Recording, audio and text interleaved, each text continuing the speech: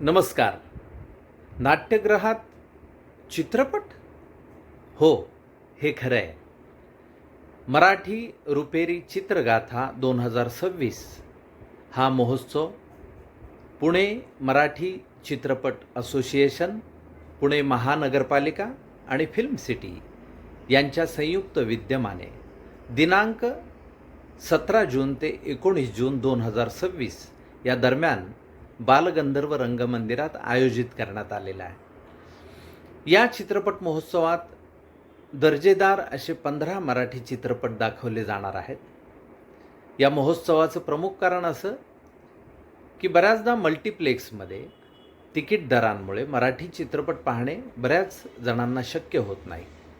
पण या महोत्सवाच्या निमित्ताने अत्यंत माफक दरात चित्रपटांची तिकीटं मिळून संपूर्ण कुटुंबाला चित्रपटाचा आस्वाद घेता यावा हा उद्देश मनात धरून या महोत्सवाचं आयोजन करण्यात आलेलं आहे.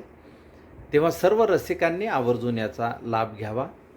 या चित्रपट महोत्सवात 2 दशकापूर्वी ज्या चित्रपटामुळे मी प्रसिद्ध झालो तो कायद्याचं बोला हा चित्रपटसुद्धा दाखवण्यात येणार आहे. या महोत्सवासाठी